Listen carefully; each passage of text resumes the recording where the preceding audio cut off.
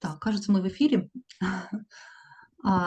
Итак, дорогие друзья, рада приветствовать вас на сегодняшнем вечере. Да, мы сегодня собрались по очень радостному поводу, чтобы обсудить замечательную, без преувеличения, книгу, точнее, ее русское издание, да, книги «Звездный час Нидерландов. Войны, торговля и колонизация в Атлантическом мире XVII века» Вима Клостера, и о том, чем же книга интересна как историкам раннего нового времени, историкам колонизации, так и более широким читателям мы поговорим чуть-чуть позже с нашими уважаемыми экспертами. А сейчас я бы хотела предварить нашу дискуссию несколькими организационными моментами и небольшой презентацией о наших последних новинках, да, в серии «Современная европеистика», которые, в общем, тоже дополняют отчасти книгу Вима. Итак, пару организационных моментов. Во-первых, наша презентация сегодня сопровождается синхронным переводом, поэтому если кому-то нужен перевод, да, вот у нас будет выступать автор, то нужно найти значок «Глобус» внизу экрана, найти канал,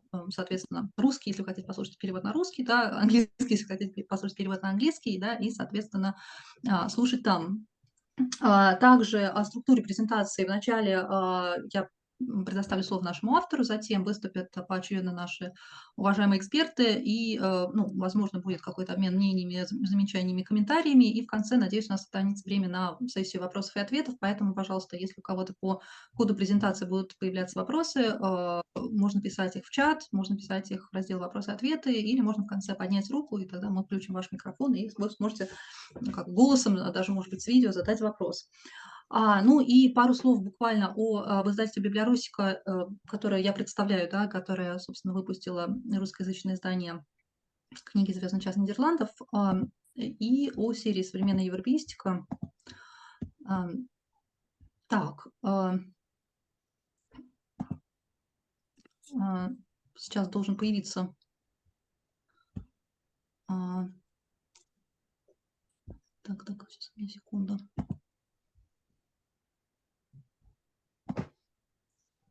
Видно ли презентацию? Да. Да. Большое спасибо. Итак, я представляю издательство «Библиорусика», да, и, как я уже сказала, книга «Звездный час Нидерландов» вышла у нас в серии «Современная европеистика». Это одна из 5 наших основных серий, наряду с современной американистикой, современной западной русистикой, современным востоковедением и современной иудаикой. Вот на экране несколько новинок апреля, в числе которых как раз книга «Звездный час Нидерландов», и также книга «Заразные идеи» и метаистория западного знания в современной эпохе, которые также относятся к серии «Современная европеистика». Также я хотела бы проанонсировать, пользуясь случаем, несколько новинок мая, да, в частности, это книга «Политика и театра в Европе XX века» и книга «Военное просвещение. Война и культура в Французской империи от Людовика XIV до Наполеона», которые буквально на этой неделе уже и в начале следующей выйдут у нас из печати. Ну и еще одна книга, которая, точнее даже 2 книги, да, которые хотела упомянуть в этой связи. Это книга «Знать слишком много. Организация научной информации до нового времени», как раз тоже про раннее новое время, про справочную литературу многочисленную, многообразную, которая тогда существовала. И презентацию книги этой мы провели в Петербурге в январе. И книга тоже на тему просвещения, да, как бы в пару с военным просвещением. Это книга австрийского автора Георга Кавалара «Крах просвещения философского видения», которая у нас выйдет, скорее всего, уже в июне. И для оформления, да, заказа можно писать на почту «Северные Нидерланды». Я хотела напомнить нашим слушателям, что сегодня действует скидка 20% на книгу «Звездный час Нидерландов», поэтому если вы хотите оформить заказ со скидкой, нужно написать на почту и указать, что вы с презентацией. Ну и переходим уже, собственно, к героине нашего сегодняшнего вечера, книги «The Dutch Moment», «Звездный час Нидерландов», про особенности, да, как перевода, да, с английского на русский. Название мы, наверное, поговорим как раз чуть позже. Сейчас я хотела бы упомянуть, что оригинал книги на английском языке вышел в издательстве Корнельского университета в 2019 году и удостоился как минимум 2 наград, о которых мне известно. Это Hendricks Book Award и Forum of Early Modern Empires and Global Interaction Book Prize, обе из которых являются очень престижными. Ну, как вы видите, обложка у англоязычного издания немножко другая, да, но вот для русскоязычного издания мы решили сделать нечто похожее, но отличающееся. И сейчас я с удовольствием предоставляю участников нашего сегодняшнего действия. Конечно же, это Вим Клостер, автор книги, который который с нами здесь сегодня, да, в чем нам очень повезло.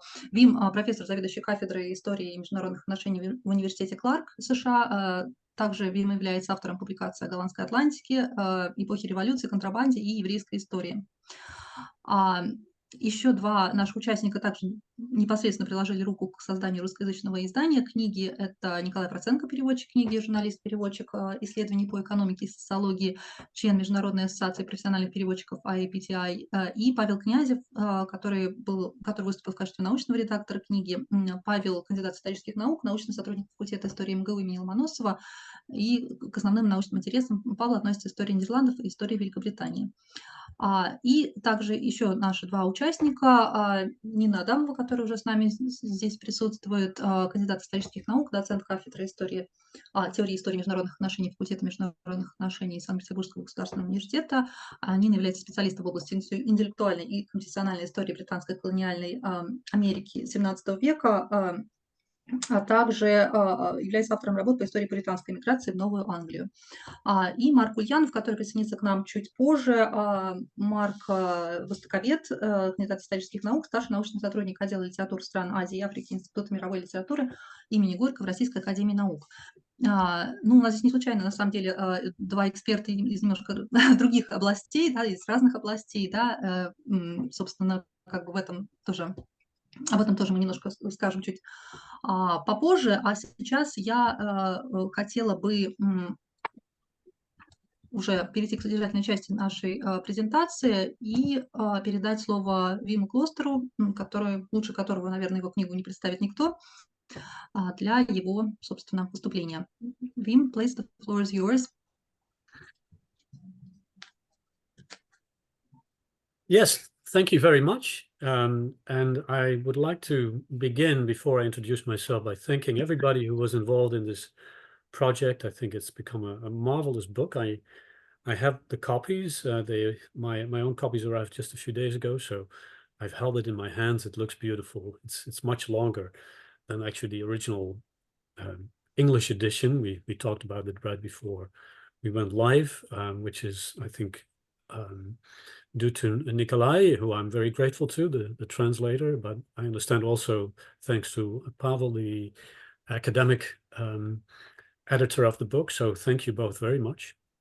I'm Dutch, even though I've been in the United States at various universities for almost 30 years. I've remained Dutch. I've never become American, so I only have a Dutch citizenship. So it's in the Netherlands where I was born. I was raised. I did my undergraduate studies. I earned my PhD at the University of Leiden with the topic of Dutch smuggling in the Americas. Since I've come to the United States, I've specialized in the Atlantic world and just one slice of global history with a focus on, as was just said, the Dutch Atlantic, but also on contraband trade, smuggling, and Jewish history, which has to do in part with Dutch colonial history, since Jews made up about 1/3 of all the settlers in the Dutch colonies. And then the age of revolutions has been another focus of my research, and the Dutch play a very small role in that. So let me see, there's something that appears on my screen now. My speaking language is English. Let me get this done before I continue. Valentina, shall I go on to make a little presentation? So that means I have to share the screen. And it says that when I click on share screen, it says host disabled participants. Okay, I'm going to give you the host rights back then. Just a second.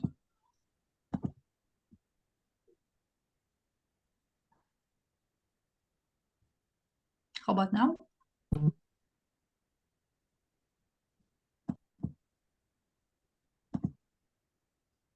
Yes, I think so.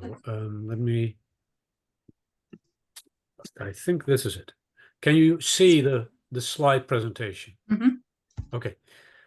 So in the 17th century, the Dutch Republic emerged as a formidable power in the Atlantic world. Before the 17th century, there were almost no Dutch ships sailing to destinations in Africa or the Americas, but starting early on in the 17th century, that changed when the Dutch took initiatives that led to large-scale trade with those continents.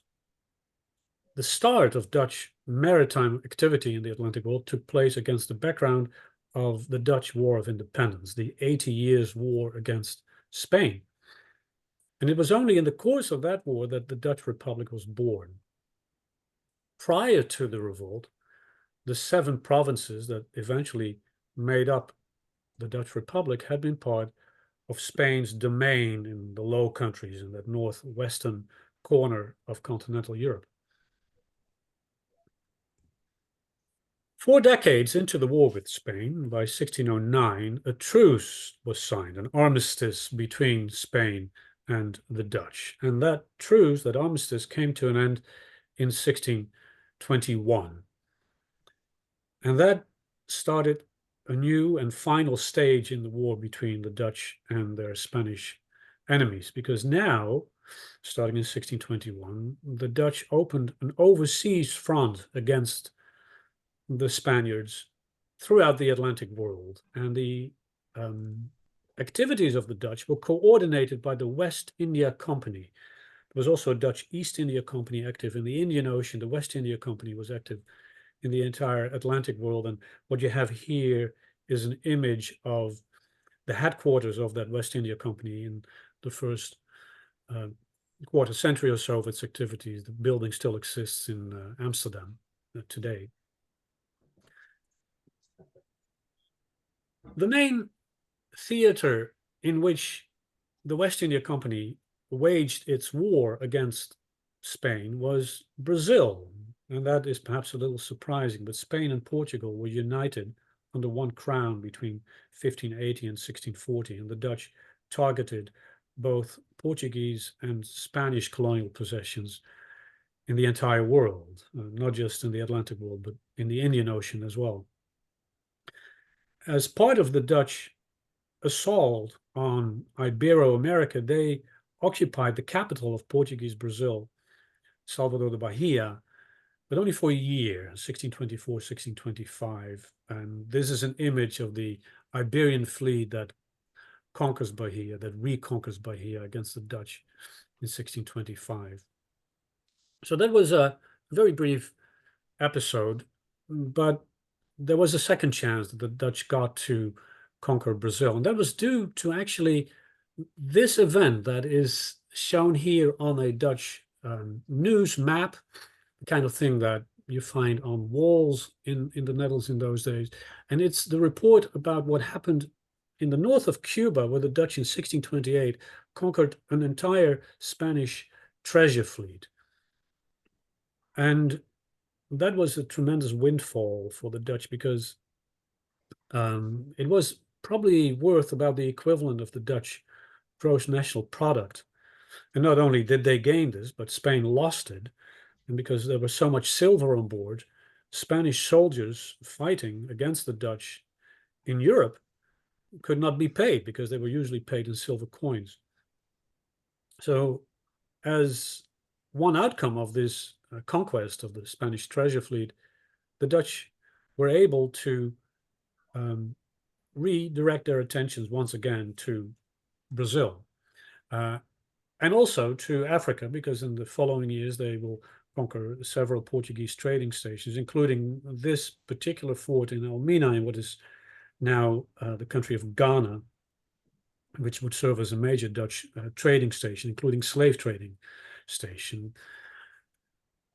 But Brazil was the focus of their activities. 12 years into this conquest of Brazil by 1642, the Dutch already had about half of the entire territory of Brazil in their hands. But the odds for the Dutch to maintain this promising colony, which was by far the most important of all the Dutch colonies in the Atlantic world, it was also the world's largest sugar producer at the time, the odds for the Dutch to maintain themselves were reduced in 1645 when a revolt began against the Dutch, and first the area that you can see on this map shrank, and then eventually the Dutch surrendered in 1654. The man who was the governor during some of the crucial years was this person, Johan Maurits von Nassau-Siegen, a nobleman. And the case for this empire had been made in the Dutch Republic for a group of very powerful noblemen with close ties to the Dutch stadtholder. And the stadtholder was, in the republic that existed, the foremost figure, the commander-in-chief of the Dutch troops. And this man, Johan Maurits von Nassau-Siegen, the man who becomes the governor of Dutch Brazil, is actually related to the Dutch stadtholder. And empire was something that he stood for because it was something that was forged out not only inheritance, but also conquest. And conquest was, of course, the traditional pursuit of the nobility. In conquering Brazil, and by the way, here you can see the city of Mauritsstad, which was named for the governor, Johan Maurits, entirely built by the Dutch and connected with Recife, which was the capital of Dutch Brazil, by a bridge. And even in today's city, this bridge, at least the place where this original bridge was constructed, still exists.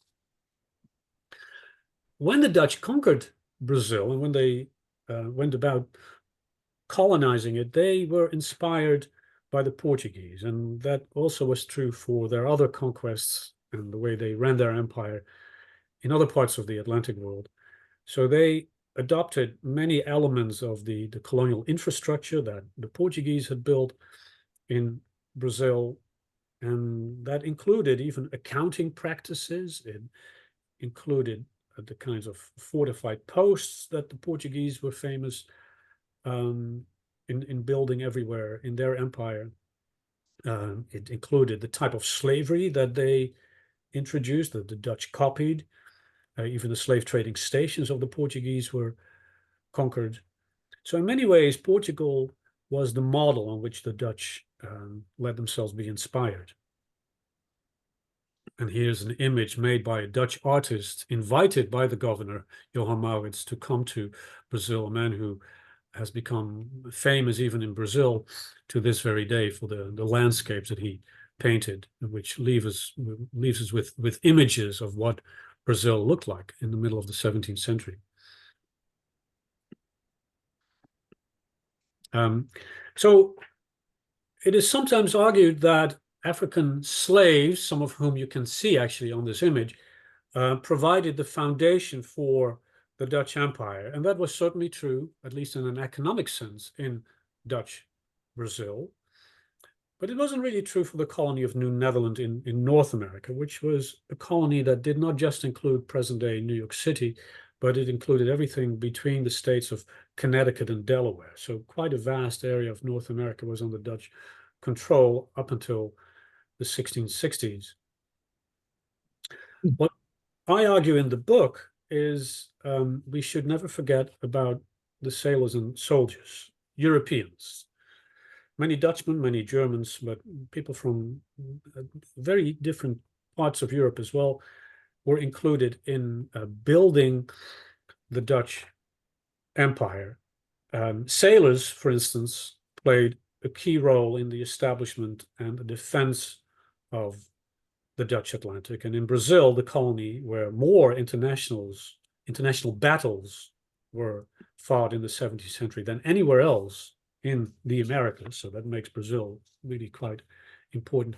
There you find sailors and soldiers being, of course, key players.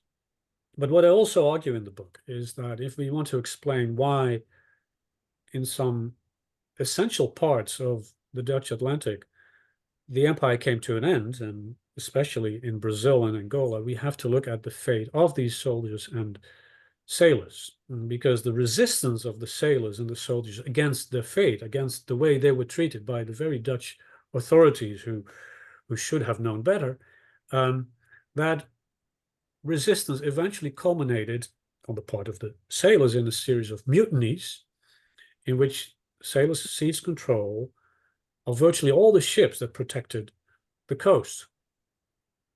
Sailors and soldiers worked in colonies that had great difficulty feeding themselves. So for nourishment, they remained dependent on supplies from the Dutch Republic, which were often long in coming.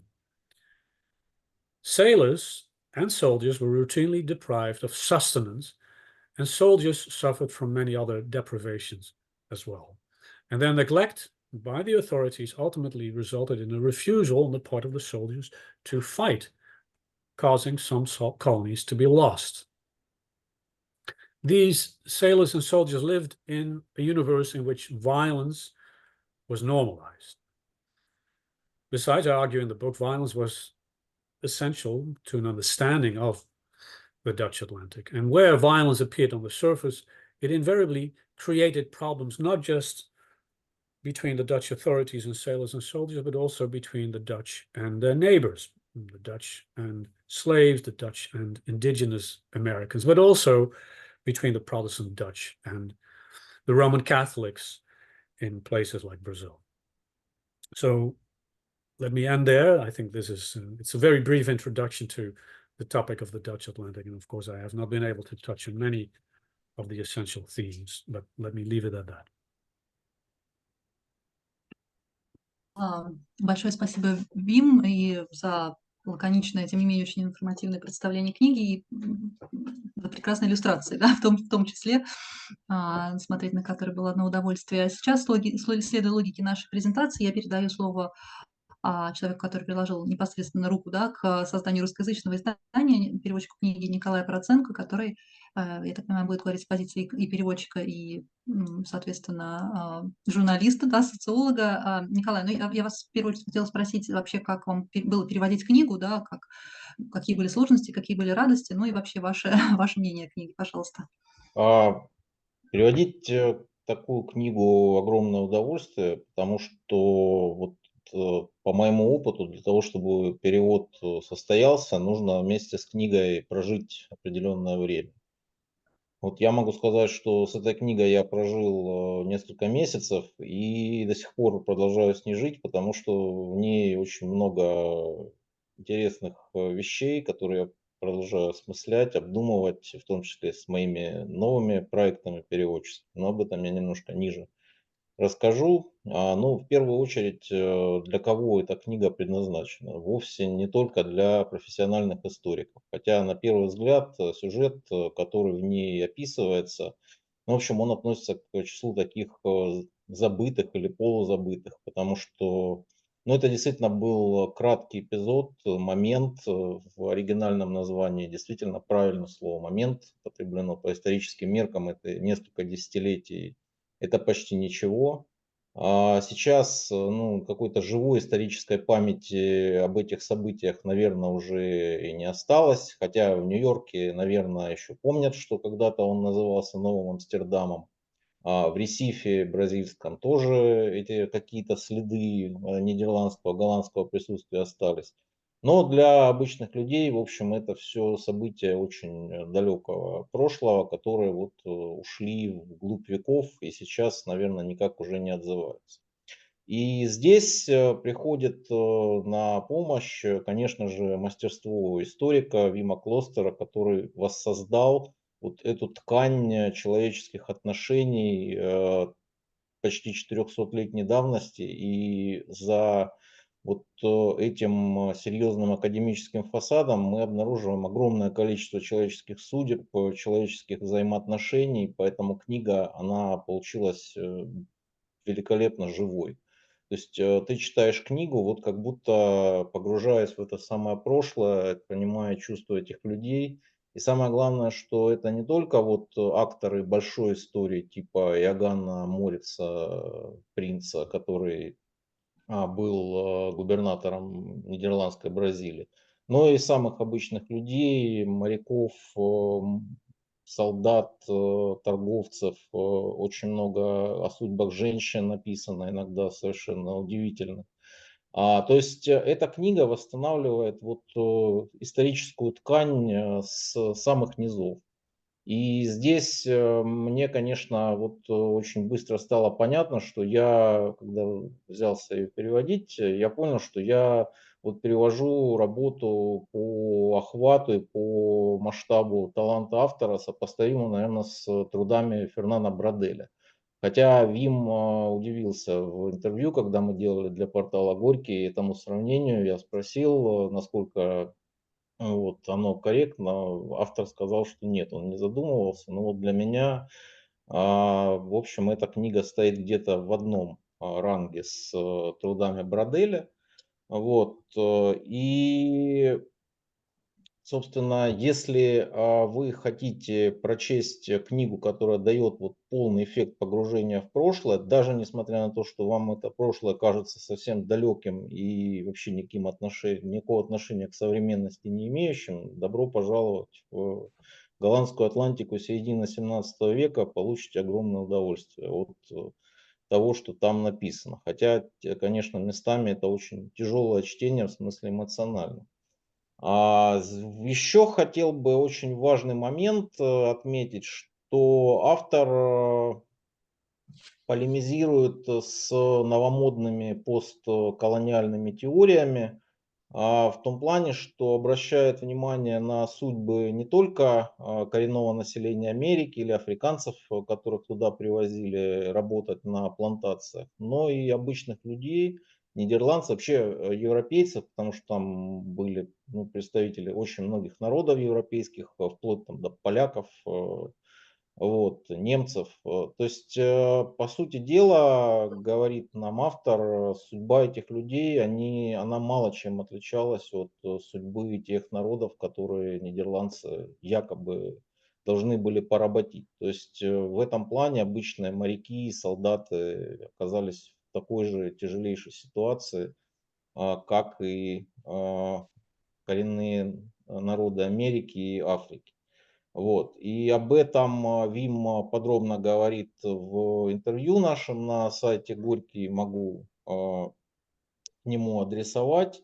И очень важная мысль, что вот вместо каких-то догматических теорий, которые сейчас довольно распространены, нужно просто глубоко погружаться в живую ткань истории. В этом плане книга, конечно, совершенно уникальна, потому что количество архивных источников, которое использовано при ее написании, оно просто вот оно ошеломляющее. Я помню, это впечатление, когда ты первый раз прикасаешься к этой книге, вот как будто на тебя просто свалилась какая-то гора архивных документов, и это все нужно разобрать. Ну вот очень благодарен автору, что он просто помог скрупулезно во всех этих вещах разобраться.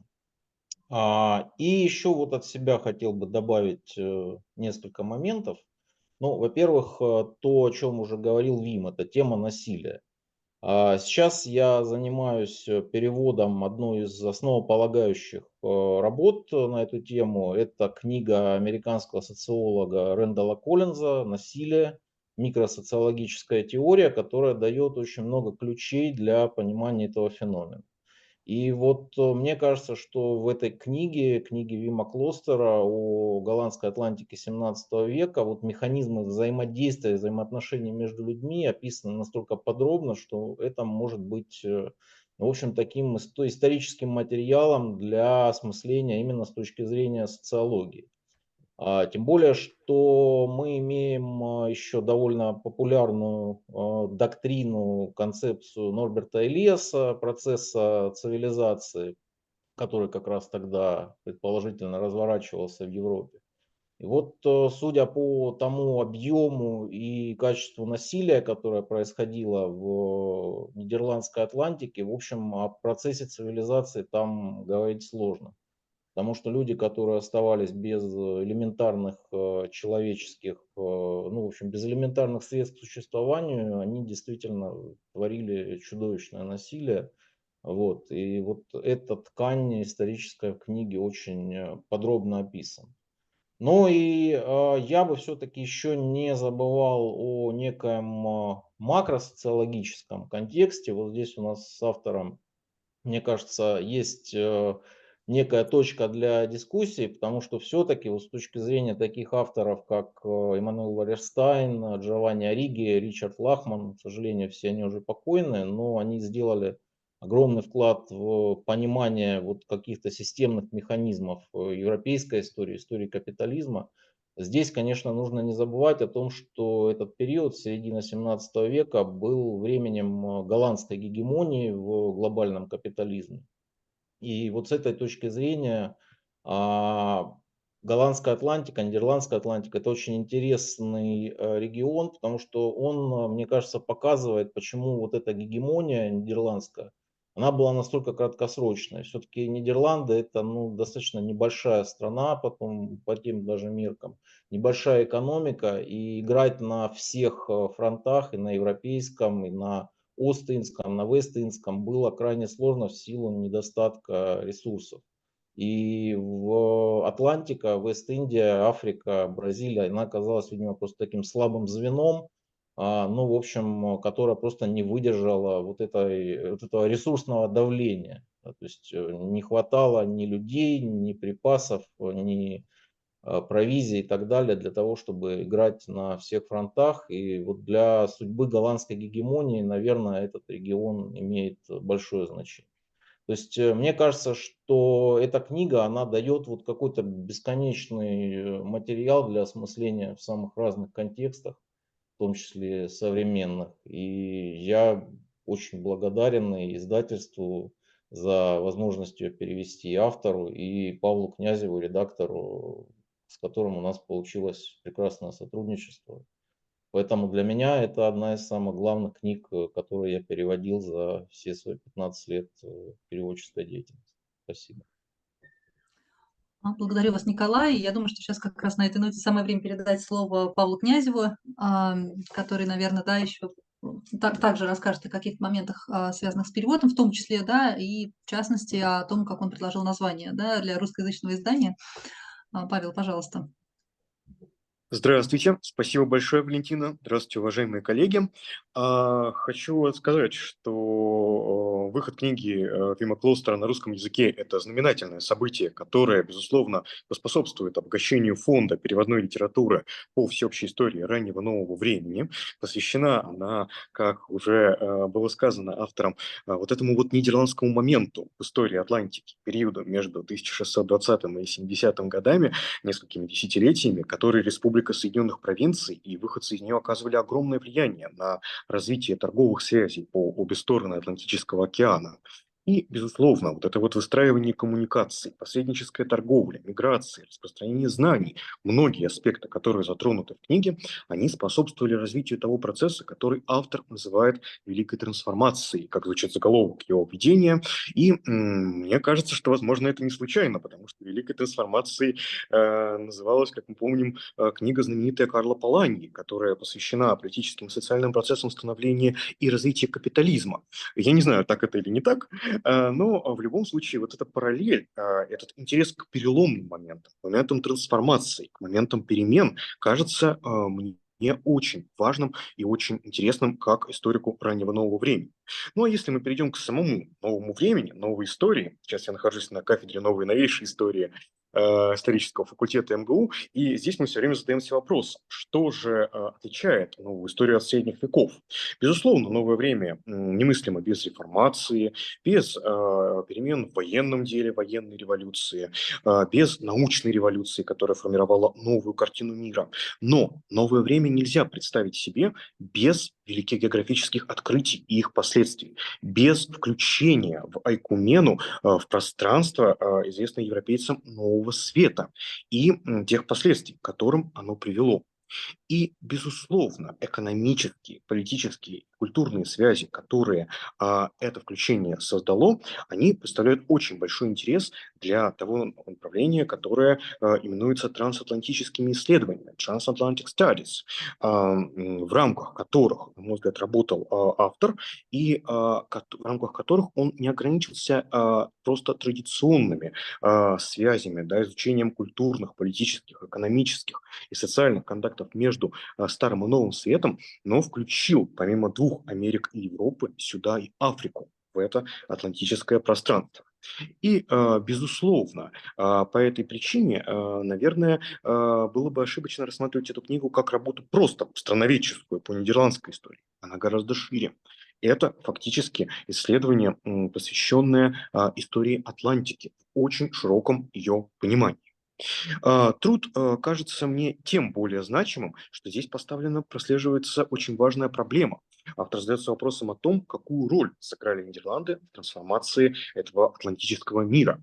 И его прекрасное знание как нидерландского контекста, так и понимание тенденций, которые были общими для развития большого вот этого вот макрорегиона, это, безусловно, помогло автору дать свою интерпретацию заявленной проблеме. И вслед за Николаем я снова хотел бы затронуть роль насилия и его значение в формировании этого пространства. И даже больше отметить, что автор в какой-то мере деконструирует такой стереотип о нидерландской колониальной экспансии, как о невероятно мирной и миролюбивой. Нет. На самом деле эта экспансия имела очень большой и очень сильный аспект, связанный с продвижением, обусловленным войнами и конфликтами. Был очень сильный военный, не только коммерческий аспект у формирования Нидерландской колониальной империи. И, безусловно, этот аспект автор очень хорошо смог изучить и обыграть.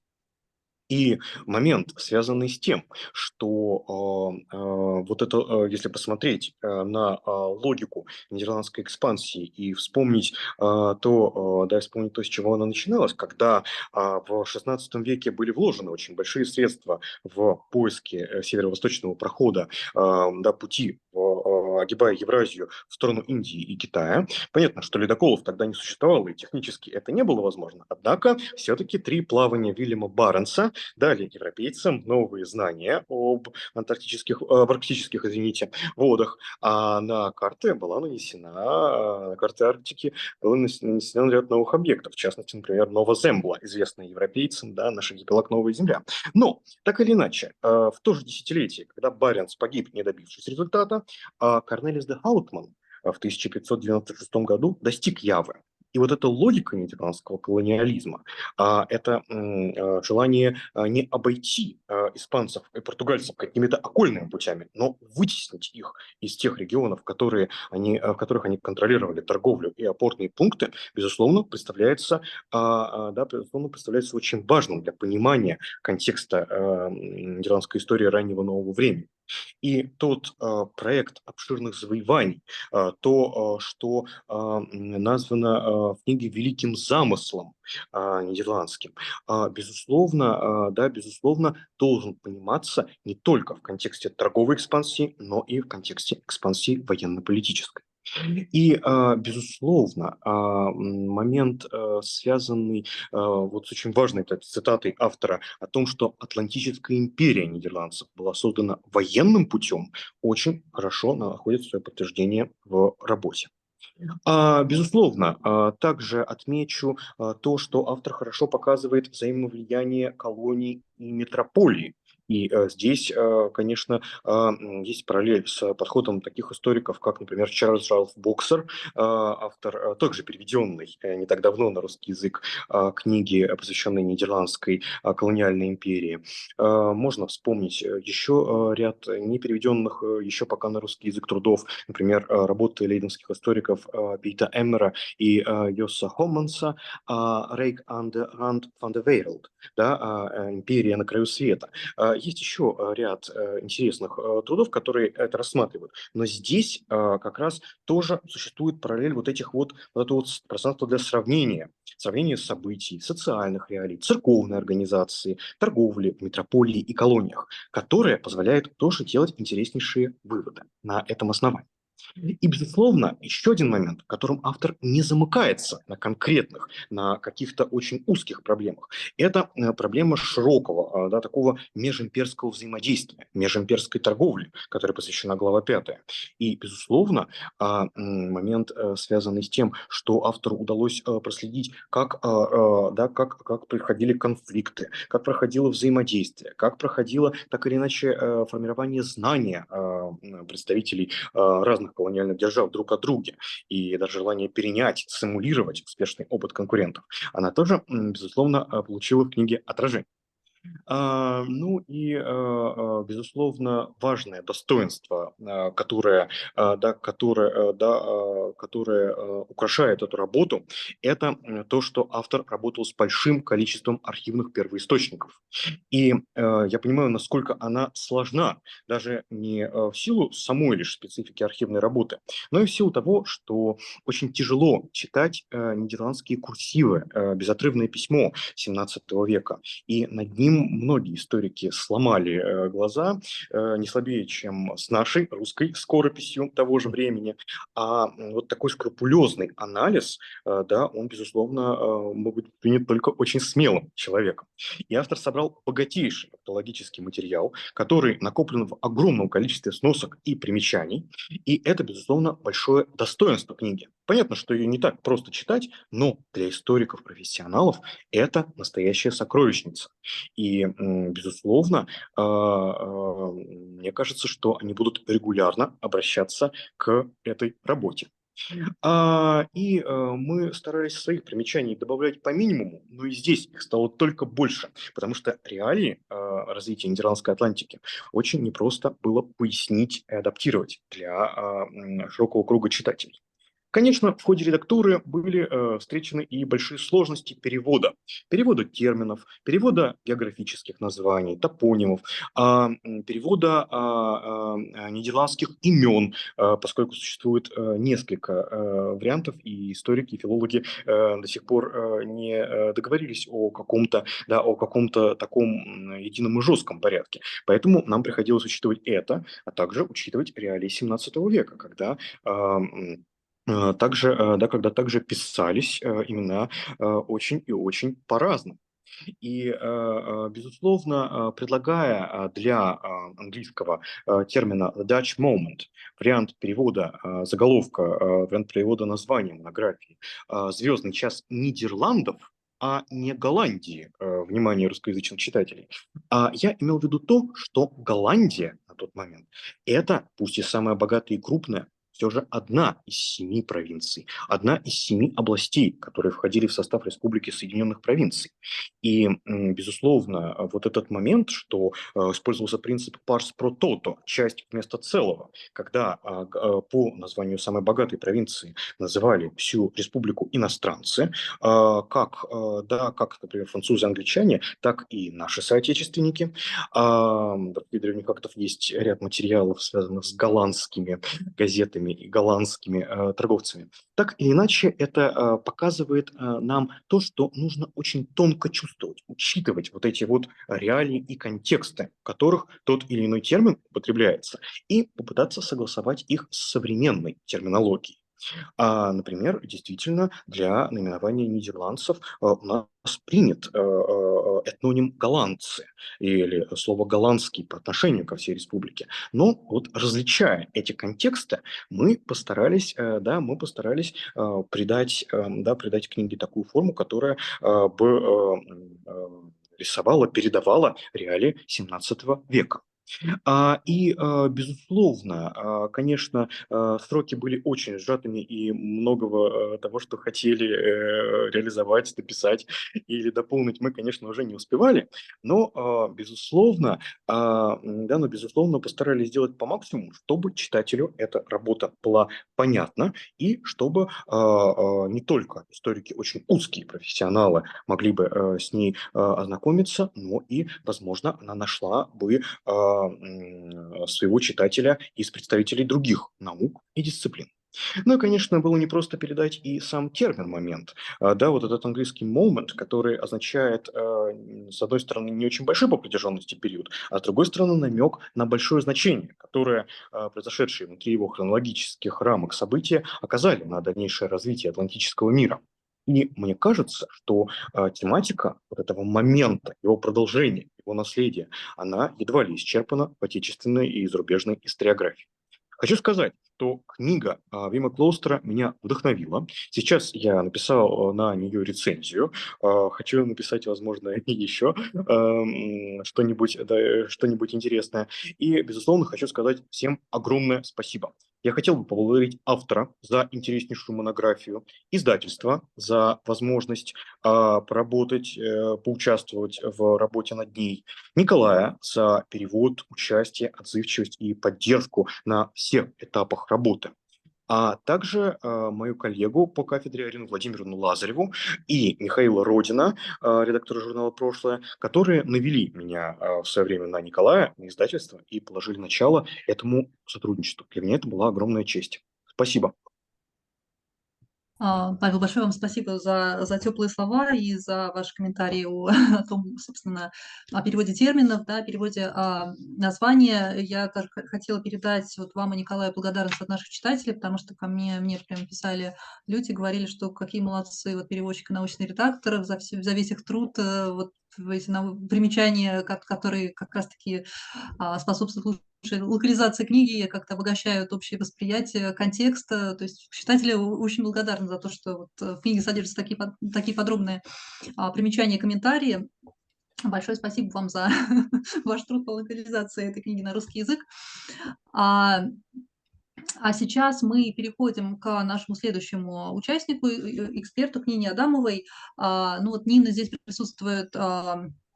Вообще Нина является, да, историком британской колониальной Америки XVII века и британской миграции в Новой Англии. И, Нина, у меня к вам в связи с этим вопрос, вот как вы оцениваете книгу, во-первых, вот с этих позиций, да, и насколько книга может быть интересна как раз историкам, ну, или всем интересующимся колониальной британской историей? Добрый день еще раз всем. Еще раз большое спасибо за то, что пригласили меня сюда в качестве эксперта. Это очень приятно и большое удовольствие было читать книгу и сделать это так внимательно. Так что, да, большое спасибо за эту возможность. Что касается вашего вопроса, что ценно в книге и действительно, что является фактом существования атлантического мира, это то, что в раннее новое время все очень взаимосвязано. Поэтому, естественно, для историка или человека, интересующегося британской Северной Америкой, то, что происходило в Нидерландской Атлантической империи, в Испанской Атлантической империи, это очень важно. Потому что те процессы, которые происходили в одной колониальной империи, естественно, находили свое отражение и влияние на британскую колониальную империю. Ну, к примеру, да, там сколько в книге прекрасно описано, как много англичан на самом деле проживало на территории Нидерландской Америки, какие были непростые взаимоотношения и в плане противостояния, и наоборот сотрудничества, и в плане там контрабанды, торговли и так далее. То есть эти моменты очень взаимосвязаны, и это вот один момент, почему действительно важно человеку, который занимается одной империей, знать про то, что происходило во второй. Во-вторых, что очень еще важно, это важен сравнительный момент. Какие-то вещи в рамках одной колониальной практики становятся яркими и заметными для нас только когда мы видим, что происходило в таком же отношении в другой колониальной империи. Это нам позволяет гораздо более ярко увидеть свою тему. Поэтому в этом смысле мне тоже было очень интересно читать книгу и посмотреть. Наверное, для меня здесь такой самый интересный вопрос. Это, да, как говорит и профессор Клостер, действительно, английские и нидерландские методы колонизации были довольно схожими. И схожими также были вводные условия. Обе эти страны вступили в колониальную борьбу позже, чем пиренейские державы. И обе эти страны были протестантскими, их многое связывало. Однако английские колонии, как мы знаем с вами, продолжили существовать до XVIII века, в то время как большинство нидерландских колоний действительно существовали только во время этого узкого момента. И вот это сравнение, оно, конечно, для меня вот наиболее интересно, как же так получилось. Но я хочу, если позволите, да, наверное, перейти к такой более широкой характеристике книги. Я думаю, что, наверное, это тоже будет полезно для наших слушателей, потому что в чем-то я, возможно, повторю уже и Павла, и Николая, и повторю их замечания, но я хотела бы в своей такой рецензии, в своей оценке указать какие-то моменты, в которых книга будет важна не только для профессионального историка, но и для широкого читателя. Об этом уже Николай говорил, и я с ним совершенно согласна, что книга действительно, как мне кажется, будет интересна широкому читателю. Это тоже очень важно. Собственно, действительно, эту книгу можно, самое главное, да, с полным основанием отнести уже к классике атлантической истории, хотя она вышла не так давно на английском языке, но тем не менее.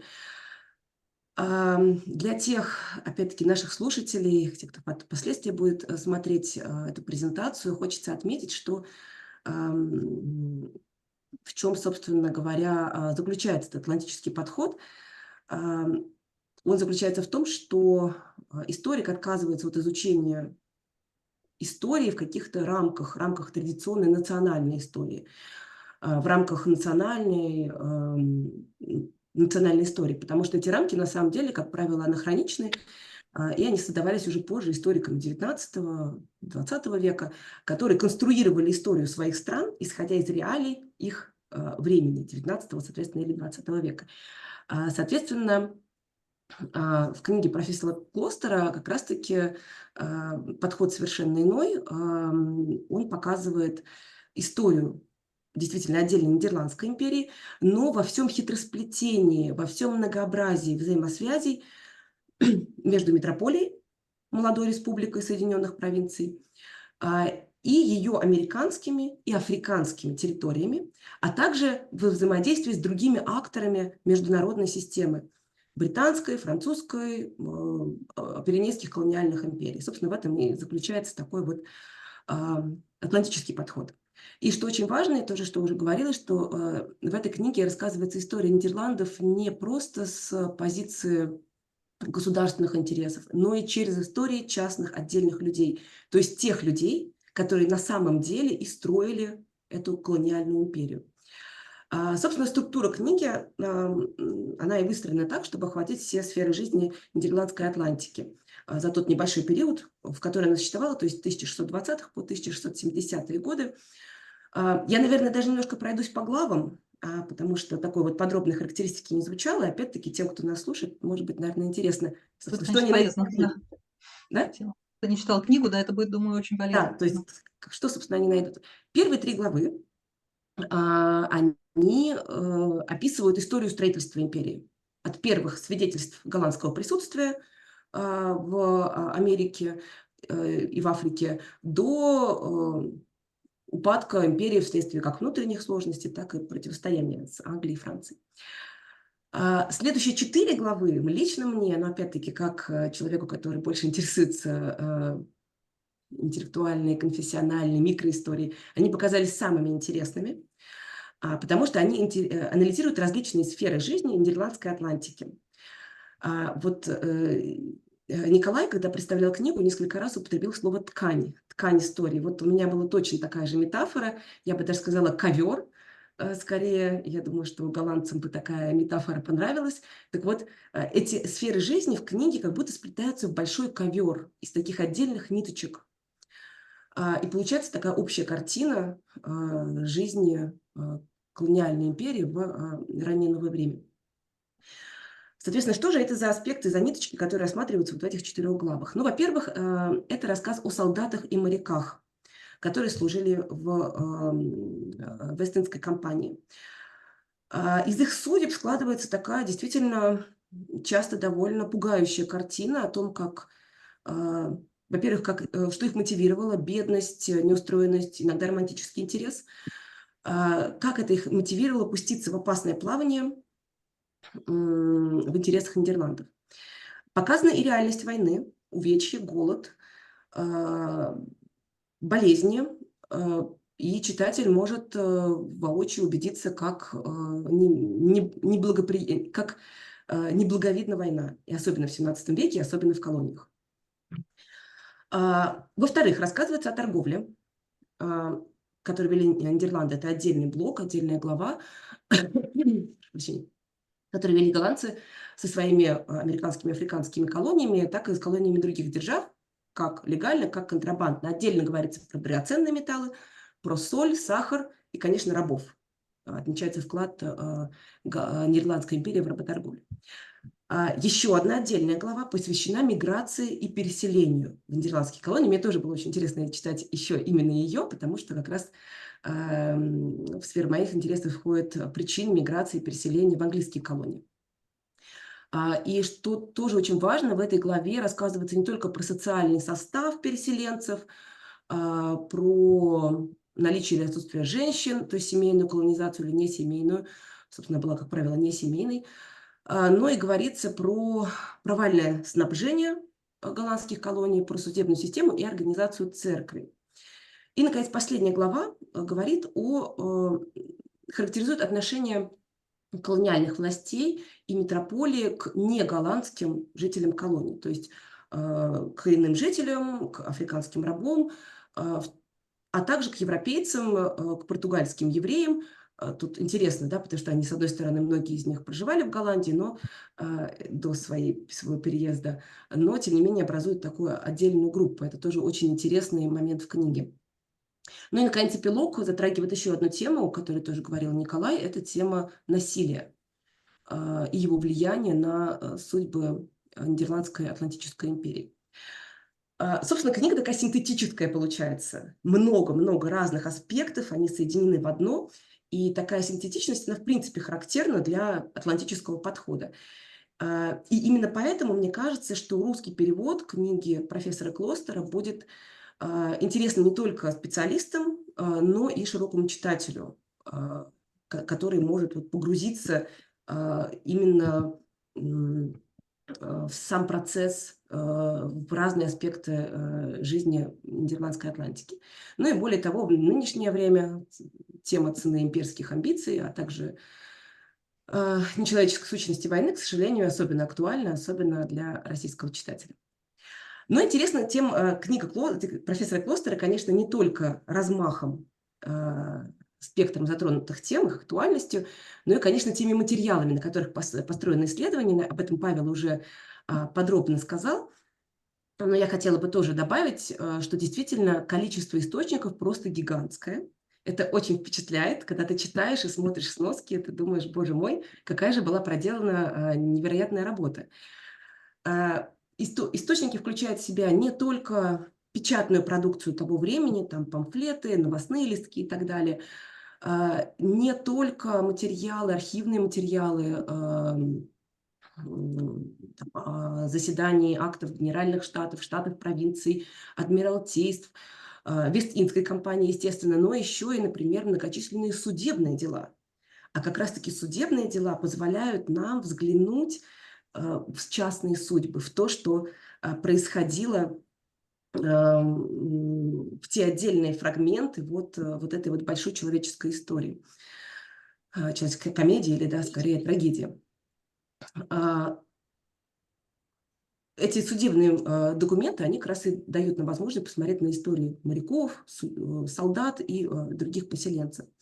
И я думаю, что вот сама история архивного поиска, подбора, составления документов, сопоставления документов, она, наверное, заслуживает отдельного и увлекательного рассказа автора книги, который было бы очень интересно услышать.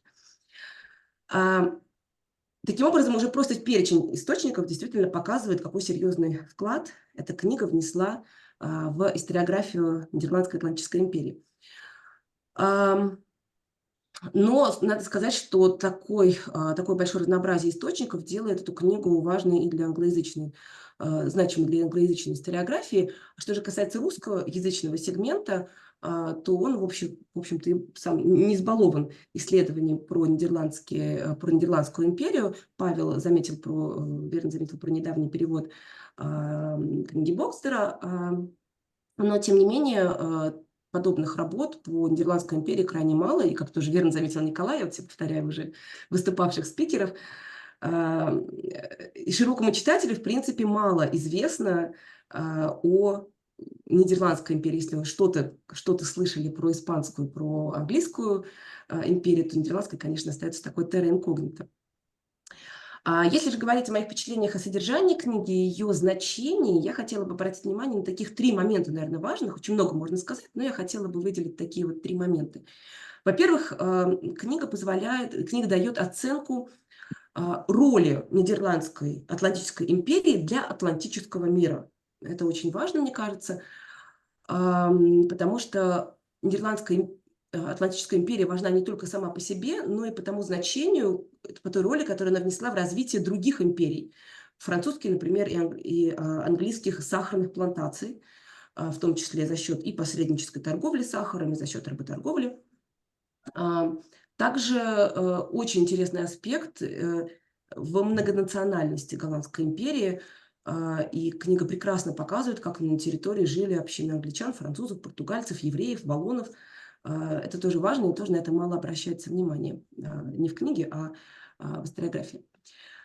Второй момент. Мне кажется, что очень важно, как в книге «История Нидерландской Атлантики» иллюстрирует то, как колониальное освоение, его результат зависел от функционирования государственной машины в самой метрополии.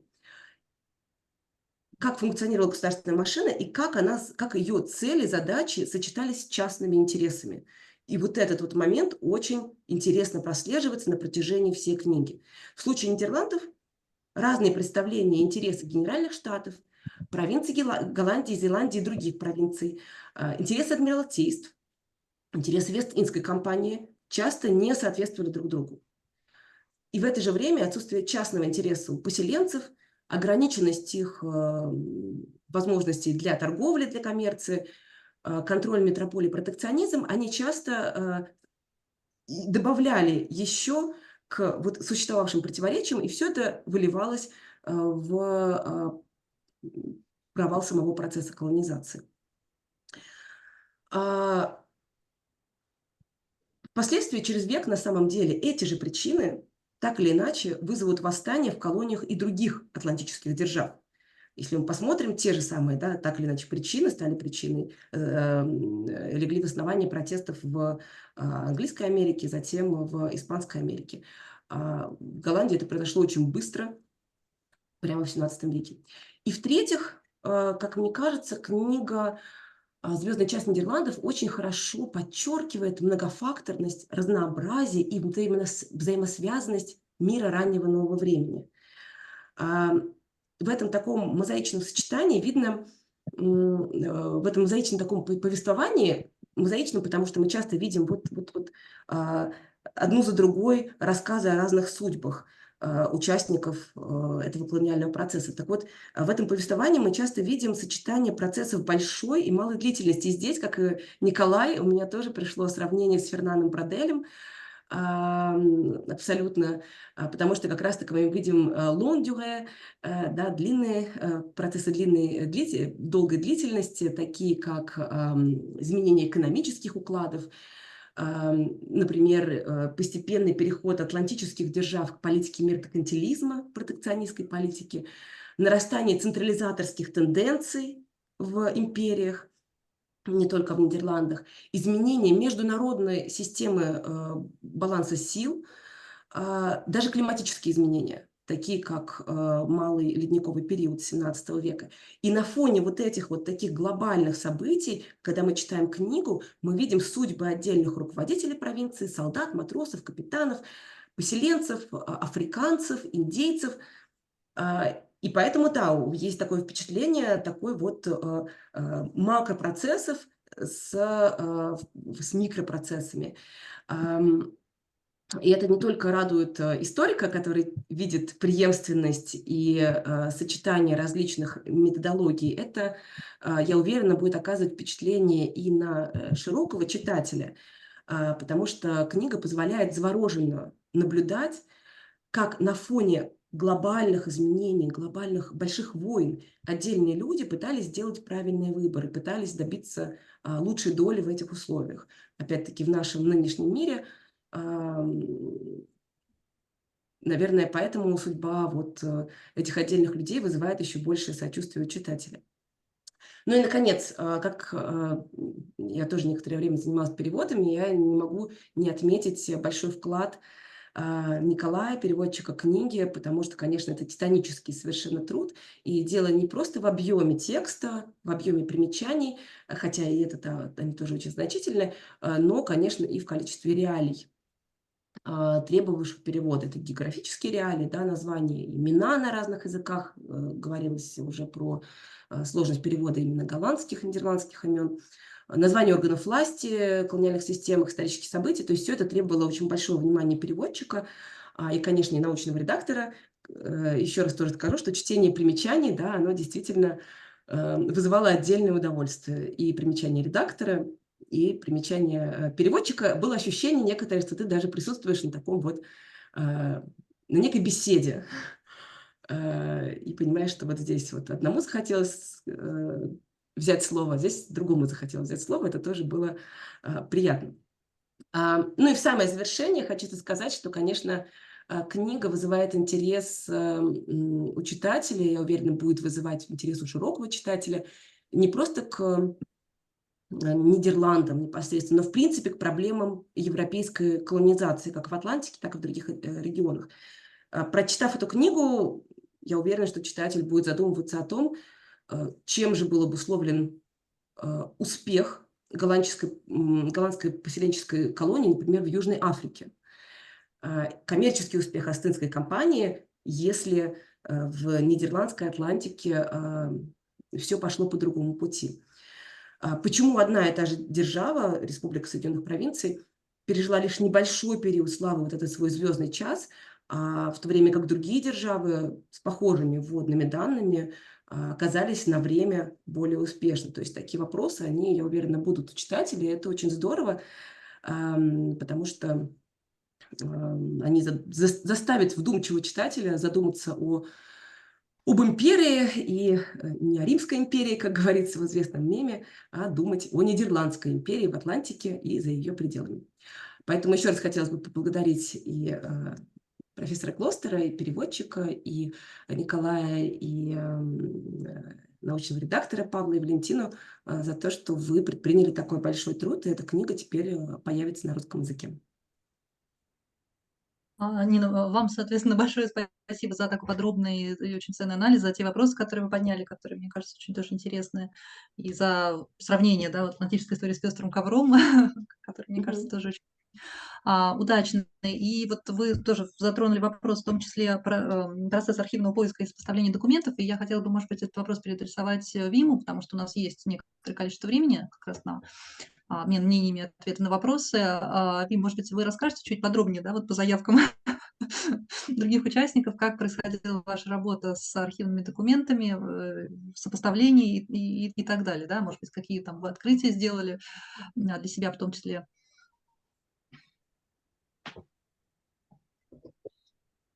Thank you very much. I'm very grateful to these wonderful commentaries on the book. It's fascinating to hear two people comment on the comparison with Fernand Braudel, who is one of my favorite historians. I would never place myself in his company, but it makes me rethink the whole project if I'm placed alongside him. I also appreciate the commentaries about the entanglement, the inter-imperial nature of the Atlantic, and it was indeed one of the challenges of a book like this to present the Dutch in their Dutch context as well as in their Atlantic context, and that's, I think, what a good Atlantic history book should do, to show the entanglement as well as the connection between the metropole and the colonies. As for the archives, so I've spent some time in the Spanish archives because I thought it was also important to look at the other side, how Dutch activities were perceived by the one empire that would suffer so much from the Dutch incursions into the Atlantic world. But I think I benefited mostly from one section of the Dutch National Archives in The Hague, which was the correspondence between the Dutch States General, which was the government, on the one hand, and the West India Company on the other hand. That, to me, was a treasure trove that had hardly been utilized by previous historians. And there, I think I found the key to this book, because there's so much information that was in there, partly about the imperial aspect, partly about migration, because the West India Company was founded as an institution that was supposed to conduct trade with the various Dutch colonies in the Atlantic world, as well as wage war. But also the government outsourced migration to this company. So in the correspondence between the West India Company and the government, you see all these aspects come to the surface. You also see the suffering of these soldiers and sailors. I found so many interesting primary documents right there that had surprisingly not been used. And now that I'm on the topic of these archives, in general, up until perhaps 20 years ago, it was very rare for Dutch historians to study the Atlantic world. There was such an emphasis in the days that I was doing my PhD dissertation, which I finished in 1995, was such an emphasis on the Dutch East India Company, that whatever was going on in the Atlantic world was not considered to be very important. Dutch Brazil was almost completely unknown, despite the great book that Charles Boxer wrote about it in the 1950s. And if the Dutch Atlantic was studied, it was individual colonies. So here there's a book on Suriname, there's a book on Curacao, and there's a book on New Netherland, but not as an entity in itself that was so interconnected. In recent decades, that has changed quite dramatically. And I would say that if I enter the Dutch archives today, I would see more people, more scholars and students interested in studying the Dutch Atlantic. And that is in part because of domestic reasons, the kind of discussions that have taken place here in the United States about Black Lives Matter, the whole long-term consequences of the death of George Floyd. These discussions have had their consequences in the Netherlands as well, which means that there's been quite an emphasis on slavery and the slave trade. And for that reason, the West India Company is mostly in the news as a company that was engaged in the slave trade. And for that reason, there are many young historians who are now actively studying the slave trade. That in itself has had interest for the study of the Dutch East India Company and Dutch activities in the Indian Ocean, because fairly recently, Dutch historians have discovered the massive enslavement of various peoples in the Indian Ocean world by the Dutch, and a similar slave trade as existed in the Atlantic world, but now the Indian Ocean, with, of course, many different colonies involved. So in that sense, it's a very different historiographical context now in the Netherlands than when I started out as a historian. It was already changing by the time this book came out in 2016, but a lot has happened in the last 10 years. Thank you. It's really surprising that these archives and correspondence between the State General and the West Indian Company were not utilized by historians previously. So it's quite surprising. I kept pinching myself in the archives. What's going on? How come? These archives have been here since the middle of the 17th century. How come? That's pure luck for a historian. I know. Yes. You have to be lucky sometimes. Да, действительно, благодаря вот работе с источниками, да, мы теперь имеем такую замечательную книгу, и, да, может быть, отчасти хорошо, что никто до этого не обнаружил, да, потому что книга получилась именно такой, какой она получилась.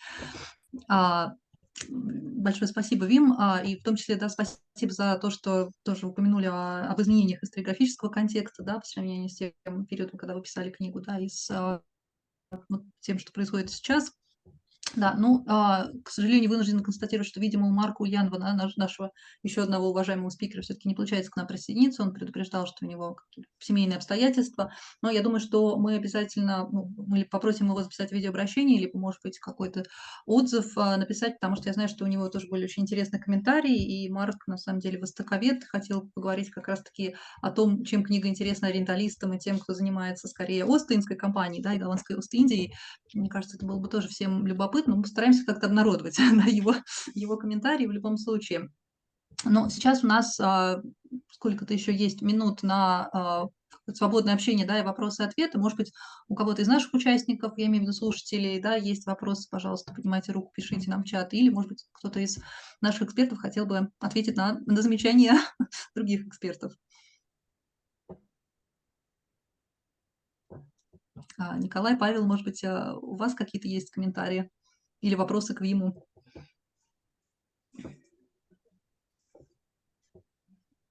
У меня, наверное,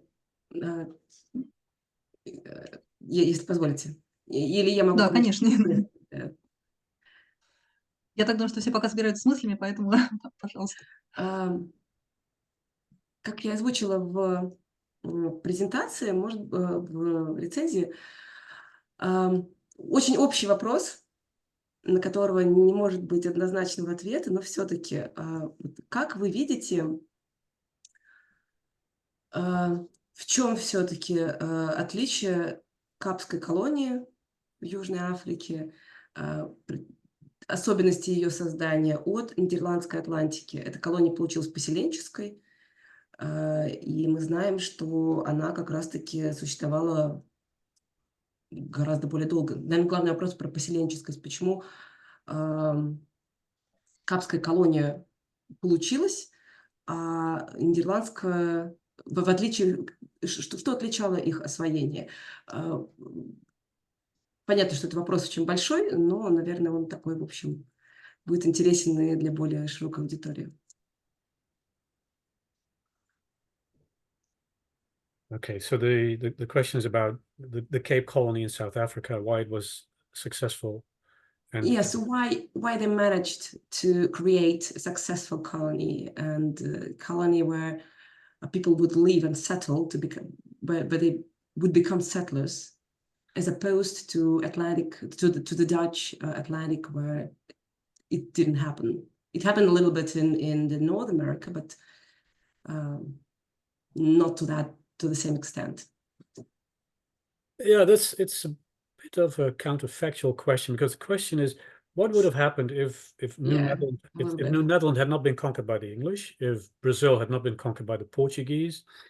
Because the timing of the successful Dutch invasions in the Atlantic world coincided with the bloom of the Dutch Republic economically, and that period of prosperity comes to an end. And I think there's a fairly widespread agreement among historians around 1672, the year of catastrophe when the Dutch are invaded by various powers, but it's also an economic end of sorts. And it means that for ordinary people, certainly, life in the Dutch Republic is not as good as it used to be. And when such a crisis situation approaches, we see migration often begin. And perhaps not among the very poor, perhaps it's a matter of relative deprivation, but still, before 1672, there was not a reason for most Dutchmen to move elsewhere, unlike, let's say, the situation in the Holy Roman Empire, in the German lands, where in that same period, massive outmigration is beginning to take place to Eastern Europe, but also to the New World, beginning in the last quarter of the 17th century. So what I thought I saw when I looked at Dutch migration to North America is that it's beginning to increase in the 1650s, and there are more people coming in the 1660s. And I think one can expect that to have continued and to have grown even more in the period after that. And the period after that then coincides more or less with when we see larger numbers of people beginning to arrive in the Cape Colony. So in a way, imagine, and again, I mentioned this is a bit of a counterfactual experiment, but if those colonies had been maintained, if Brazil would have been maintained, which was not completely out of the question, even the Portuguese king at some point toyed with the idea of giving it up.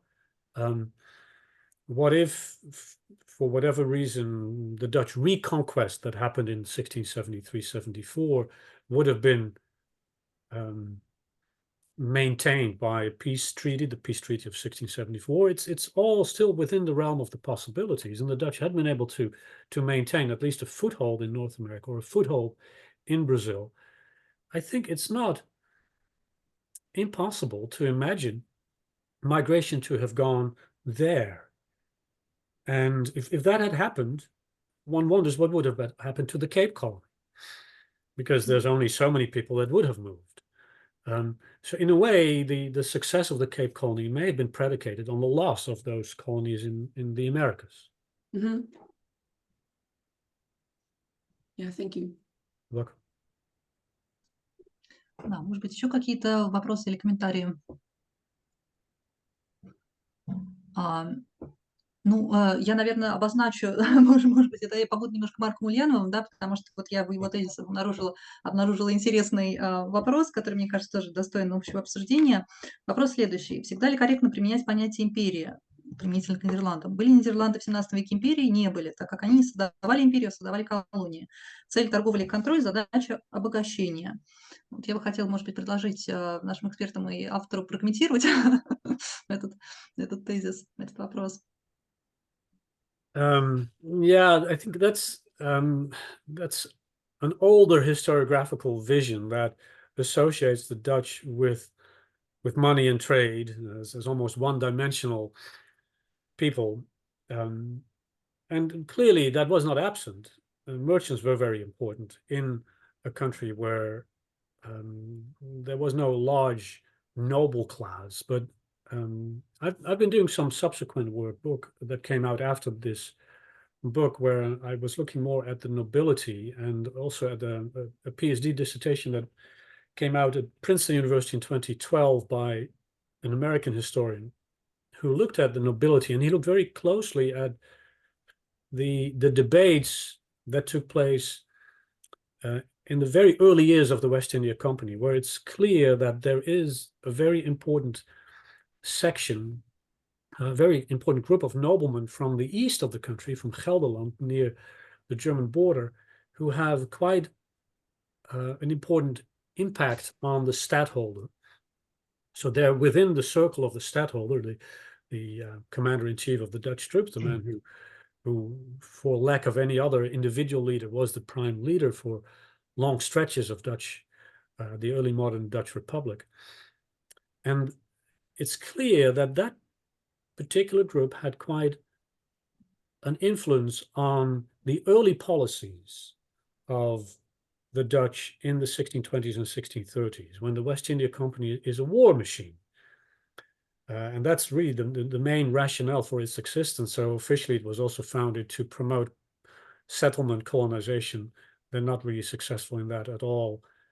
Officially it was involved in trade, and even there you see the presence of various other private colonies. They're not successful in conducting trade, and therefore have to give up on the various monopolies that they had stipulated when they got started. So it's first and foremost a war machine. And empire, it's an interesting idea, I think, in part because it's hard to translate into the Dutch language. So officially would be something like a Rijk, like the German Reich. And that has other connotations in Dutch. It's something that the Dutch don't think of themselves as having engaged in.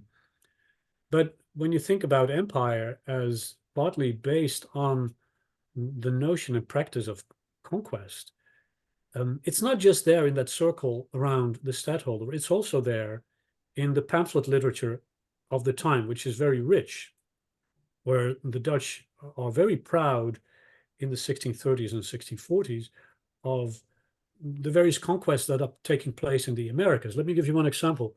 The Amsterdam notarial archives are extremely rich. I will, in the future, write a book based on those archives focused on Amsterdam in the 1660s. What you find there is, for instance, because they notarize everything. People come to notarize just a little statement. I found one document where there are two young guys who go to the notary and they say, well, my friend says that the next conquest of the Dutch will be the city of Paraíba. And I'm saying it's this other city that will be conquered first. So this is not just something that is happening on distant shores, because Amsterdam is in such close touch with what's happening in the Americas, and which is a difference, of course, with the Dutch East Indies, which are so far away that if you embark, it will be at least a year and a half, perhaps 2 years before you disembark, even if you're on the ground in the East Indies for a very short period. The Atlantic was a so much closer world, and that meant that there was a lot of identification with the fate of the Dutch armies in Brazil, on the part of ordinary people, but also on the part of the intellectual elite. So there are many publications about this, and there's a pride, at least in the beginning, up until 1645, when the tables are turned on the Dutch and the Dutch have to defend themselves in Brazil. But up until that point, there's a pride about the conquests that are taking place. And it's exactly in that period that you see an identification by the Dutch themselves with the Roman Empire. So that's why I think we can use the word empire. If there is a period of perhaps 15, 20 years in which you see a sustained identification between what we, the Dutch, are doing overseas and what the Romans once did, I think the term empire is warranted. There's even a pride in saying, well, the Romans, of course, had a massive empire, but we now are conquering peoples, and we are conquering areas of the world that the Romans had not even heard of. So in other words, we are going beyond what the Romans once did. And in that sense, I think we can talk about it as an empire. And I am presenting it in this book as short-lived. And you can, I think, raise questions about that. Is an empire, let's say, focused on Brazil that existed only for a quarter century, is that really an empire? Then again, I think the intentions were there. And when it was established, when it was founded, when it was expanded, the people on the ground who constructed it, the officials, the soldiers, the sailors, the slaves, they had no idea, of course, that it would end at some point. So we now have wisdom in hindsight. We know it did come to an end, but I think it was intended to be an empire of sorts. Большое спасибо, Вим, за такое исчерпывающий ответ, да, и за то, что рассказали про имперские аспекты самосознания нидерландцев, да, в какой-то момент, когда они сравнивали себя с Римской империей. Ну и у меня родился вопрос, который, наверное, станет нашим последним вопросом, да, вот вы упоминали о других книгах, над которыми вы работали и планируете работать, а над чем вы работаете прямо сейчас? Вот какая книга пишется в данный момент? Well, thank you. So I mentioned before, I'm involved in Atlantic history, and one aspect of that is the Dutch Atlantic. I have a future project which deals with the Dutch Atlantic, which, interestingly for you and for the audience, will involve Muscovy, and here's why. It's a kind of a micro history. It starts with a petition by 70 men in Amsterdam in 1667. It's a fascinating moment because the negotiations between England and the Dutch are coming up, in which the fate of New Netherland will be decided. And these 70 men beg the Dutch States General to tell their negotiators they should not give up on that colony. So it's a short petition, it's 4 pages, but I was wondering, who are these men and why do they get together for this purpose? And I found out that obviously there are merchants among them who trade with New Netherland. You would have expected them. There are also people who have lived in Dutch Brazil who probably don't want the Dutch to give up on New Netherland because they still have this faint hope they might one day be able to go back to Brazil as a Dutch colony. But then there are 2 other interesting groups. One is the furriers, so the people who work with furs, and they are often in touch with Muscovy as are the merchants in Amsterdam who are trading with okalska, with Archangel. And that made me think that in this period, before the foundation of St. Petersburg, to the Dutch merchants, to the merchants of Amsterdam, Muscovy is part of the Atlantic world, because in order to arrive in Muscovy, you have to sail through the Atlantic, north of Scandinavia, and then end up in that armpit of so to speak, of Archangelsk. And what I'm finding now is all kinds of interesting interconnections between the merchants who deal with New Netherland and the merchants who deal with Muscovy. There were New Netherland merchants who had lived in Muscovy. There were 4 Dutch Calvinist churches in the middle of the 17th century in various parts of Muscovy. So all of a sudden, I'm forced to, put myself in a position where I'm getting interested in Dutch ties with Muscovy. So I've already looked at the various reports by Dutch ambassadors in Muscovy. It's fascinating. So it's a very different type of Atlantic world that I'm sketching in the book because of the presence of the Russians.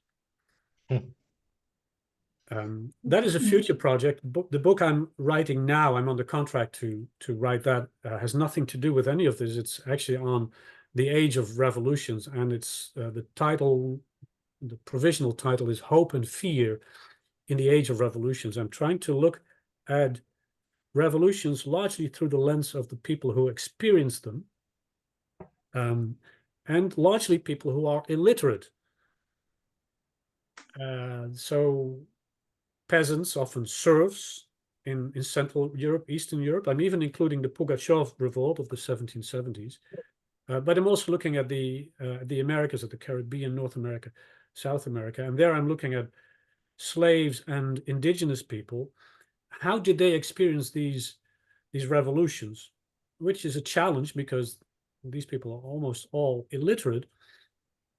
But they revolted. And when they revolt, there are often interrogations, which basically unveil the mindset of these people, what they were thinking, what is their worldview, what did they think they could accomplish, who they think are their allies among the powers that be. So it comes out of a larger project that I've been doing, which came out a few months ago as the editor of the Cambridge History of the Age of Revolutions, which was massive with 2,000 pages.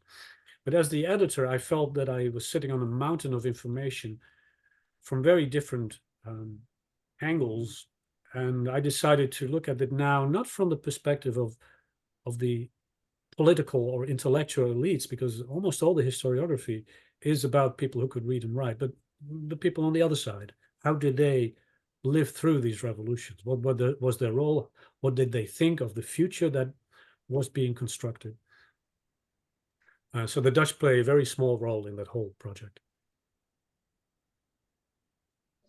Большое спасибо, Вим, очень интересно. Я думаю, что и нашим читателям, у наших читателей, и вообще в целом у русскоязычных читателей обе книги пользовались бы, конечно, большим спросом, и были бы ими востребованы, особенно, конечно, книга, в которой упоминается о связях Нидерландов с Москвой, да, с московитами. А у нас, между тем, появился один вопрос от наших слушателей. Я его, наверное, зачитаю. Добрый вечер всем участникам. Благодарю за интересную встречу и значительный труд автора книги. Вопрос автору. Как он оценивает развитие и объективность постколониальной науки в Западной Европе на сегодняшний день с учетом определенной задаваемой культурной и политической повестки в сравнении с изучением темы в странах Ближнего Востока или, например, Восточной Европы? Есть ли консенсус, принципиальные различия? Спасибо.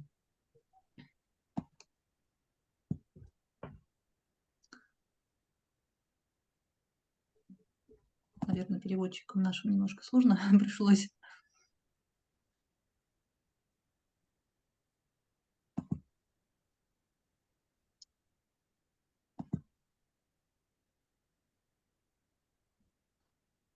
Вим, я не знаю, слышно ли вам было перевод, да? Я, в принципе, могу еще раз повторить, да, чтобы... Yeah, I could hear the translation. So the question is about comparing what is going on in the public space and public opinion in Western countries compared to Eastern Europe when it comes to Да, там скорее про развитие объективности именно постколониальной науки в Западной Европе на сегодняшний день в сравнении с Ближним Востоком и Восточной Европой. С изучением колониальной науки на Ближнем Востоке и Восточной Европе. Well, I have my Nikolai did an interview with me that was published on the Gorky website where we talked a little bit about the current trend in some parts of academia that have been summarized as post-colonial theory. I'm not a big fan of post-colonial theory. I think on the one hand, we do have to do justice to the enormous violence that was meted out by the Dutch as a colonial power and other colonial powers vis-a-vis African slaves, indigenous Americans. But I often have the feeling, and I have the same feeling when it comes to some of the protests that are going on in the world right now, that there's an almost immediate jump to the binary of the oppressor and the oppressed, between the colonial power and the non-colonial power. And there's an almost immediate emphasis on victimhood. And as a historian, I want to present whatever I'm studying in a complex light, in the complexity that it deserves, where it's often too easy to cast somebody all the time in the role of the oppressed and the other in the role of the oppressed, which is one reason why I emphasize the sailors and the soldiers, because in the discussions that you see take place in the scholarship, in the post-colonial scholarship, there is obviously a lot of attention paid to race and gender, but the factor of class, the mention of class is often missing. And when you miss out on class, you also do not get a full picture of what it means to be a woman, what it means to be Black, what it means to be indigenous. But that whole category has disappeared with the disappearance of, let's say, a Marxist view of the world. It has completely disappeared from historiography, as if it's not even worthy of discussion at all. And that, I think, is a trend that I'm not encouraging or in favor of in the Western countries. It's hard for me to compare with what's going on in public opinion in Eastern Europe and the Middle East. So I cannot really say with any confidence how I would compare it. But I have my problems with the post-colonial approach. As one of the commentators said, I've done what I could to include in the perspective of the Dutch Atlantic the fate of the people who were oppressed, and clearly they were there. But I think the current post-colonial trend is often too easy. There are too many shortcuts, and what is sacrificed is historical complexity. Большое спасибо, Вим, за ответ на этот вопрос и вообще в целом за сегодняшний разговор. И я думаю, что на этой ноте мы будем завершать нашу презентацию и дадим нашим переводчикам тоже уже отдохнуть. Я хотела бы поблагодарить, конечно, всех и автора книги профессора Клостера, да, и наших уважаемых экспертов, и Николая, и Павла отдельно за прекрасную работу над русскоязычным изданием. И будем надеяться, и, конечно, наших слушателей тоже, и будем надеяться, что у нас будут еще следующие встречи, да, в будущем. Может быть, одна из следующих встреч будет посвящена в какой-то момент следующей книге Вима Клостера. Большое спасибо всем за внимание. Прощаемся, да, и следите за нами в наших каналах, в соцсетях. До новых встреч. До свидания. Спасибо большое. До свидания. До свидания. Thank you, everyone.